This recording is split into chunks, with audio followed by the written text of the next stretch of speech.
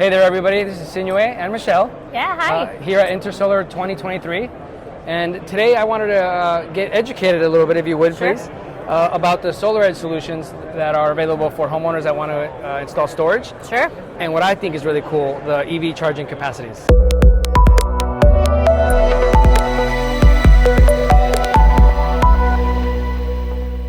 So we actually have a whole ecosystem of products. SolarEdge is very well known for inverters, optimizers that go on your roof. We convert energy that you can use in the house. But our battery, we actually manufacture our own battery. Yep. This is all through Kokum. So we acquired a company about 3 years ago that was already a top 5 global battery leader.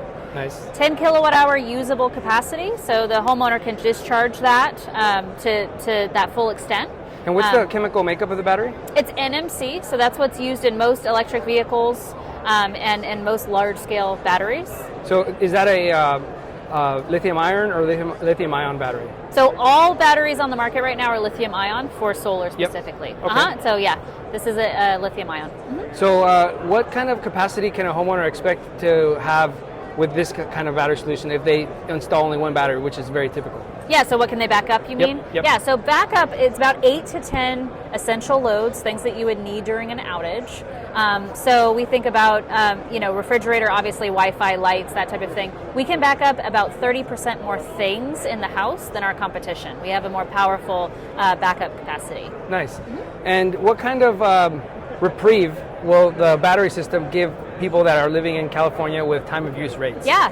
I mean, that's a great question. So you're actually going to need a battery in time of use and after NEM3 because you want to become your own power plant. Yep. You want to be able to use that battery at night so that you're not having to pay back the utility. Essentially what the utility is doing is they're giving you 5 cents a kilowatt hour when they're charging you 60 cents a kilowatt hour. It's crazy. So it's not going to be advantageous to send it back to the grid.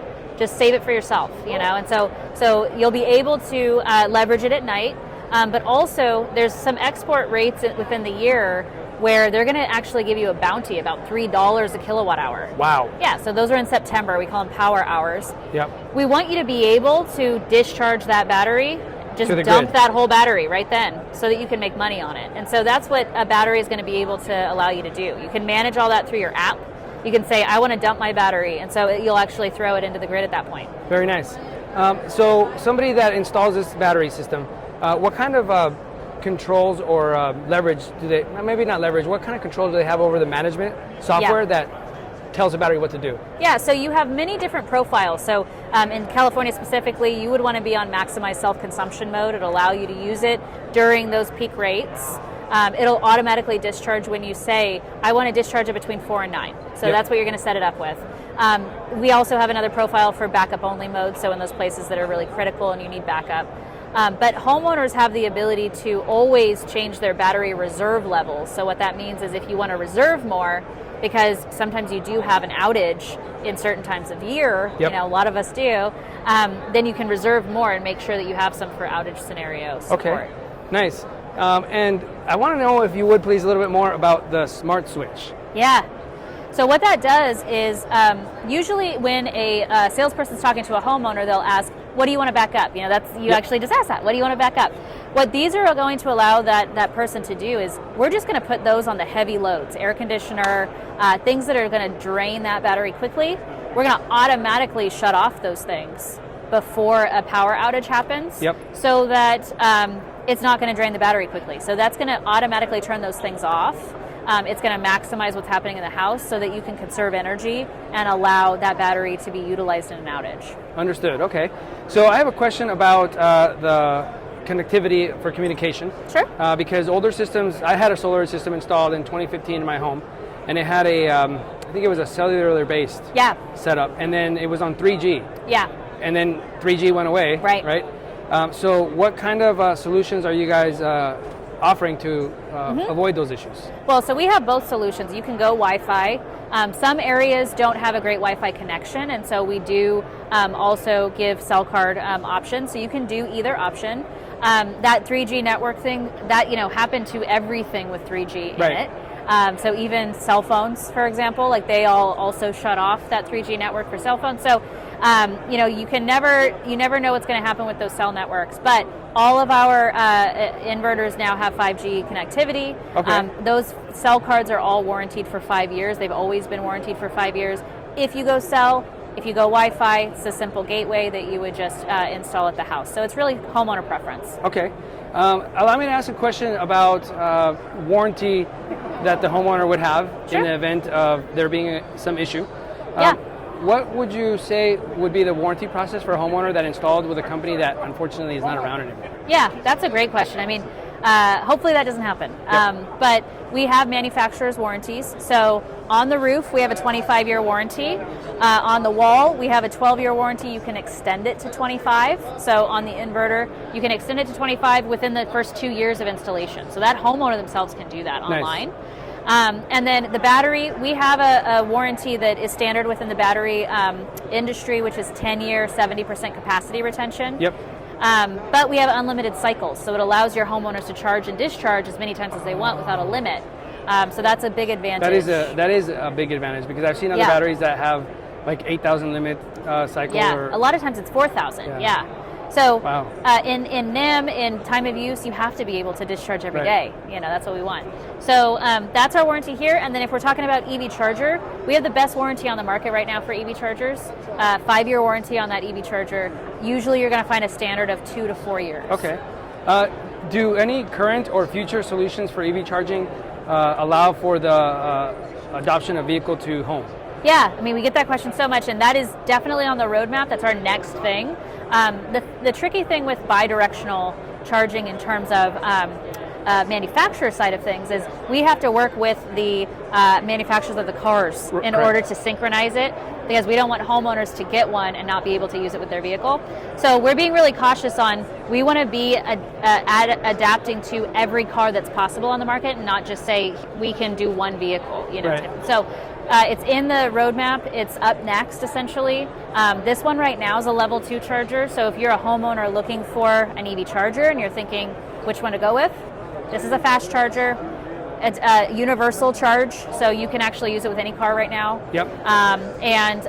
Bidirectional, realistically, we're probably a year out for being compatible with all cars on the market. I mean, in technology time frame, that's not a long time. Yeah.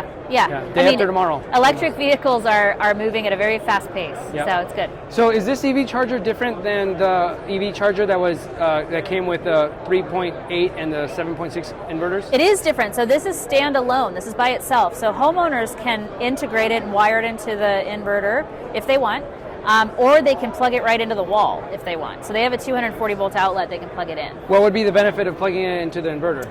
Really big benefit. So one, if you think of a 240 volt outlet for, not nerd talk, that's like a big plug. Those big plugs. Some of us don't have those outlets in our garage or something like that. So that would be an electrical upgrade if you needed it. Wiring it into the inverter allows you a couple of things. One, you can charge from the sun. So you're actually charging from the sun faster than if you're just charging from the grid. We call it solar boost mode if we're being sexy about it. But so that would actually allow homeowners to charge faster with PV and grid power at the same time. Oh wow! So it doubles the input. It goes from a 32 amp charger to a 40 amp charger. Okay. So that's a real integral part. That homeowner could also schedule it in their app to say, I want to charge at this time, and it'll only charge at that time. And so really, main breaker space. So if you're wiring an EV charger into a main service panel, it's just more electrical equipment that homeowners don't think about when they're saying, I want to get an EV charger. I was one of those homeowners. I got a bid for the electrical service and it was like $3,500. Yep. If you're doing this with the solar system, it's at time of installation. You can also take the ITC on it. Oh, nice. So just wrap it into the solar system and you're able to get the most value. And as I understood, you're able to minimize the amount of amperage you need in the service panel. Yes, exactly right. It's integrating, it's using that, it's sharing that space. Oh, wonderful. Well, you know what? I really appreciated you educating me and the viewers about this. Yes. Are there any other details you want to share or anything that I may have not missed? No, I appreciate you allowing us to talk. I think the full ecosystem solution is really the way to go. Homeowners are looking to manage all of their devices. If you want to take a look at our solution in terms of that My Solar Edge app, You can actually download that on your phone. There's some demo sites on there. So even Nice. if you're a homeowner or an installer just looking to see what it looks like, you can see the demo sites on there without any login. There's a button that says demo sites. You can see some of these real systems working. So that'll give you a good idea of what your capabilities are. Beautiful. Yeah. And where should people go to either like or subscribe? YouTube, LinkedIn? Yeah, What do you- I mean, we have a Sales Elite Facebook group, so if you are a salesperson or you have teams that want to be on, we have a Facebook group specifically, Solar Edge Sales Elite. We also are on LinkedIn a lot. We have a Solar Edge Facebook group as well, so yeah, we'd love to have you on there. Excellent. Well, I really appreciate you Yeah, taking the thanks for time. having me. It was a pleasure. You guys take care out there, and if you like it, hit the subscribe button.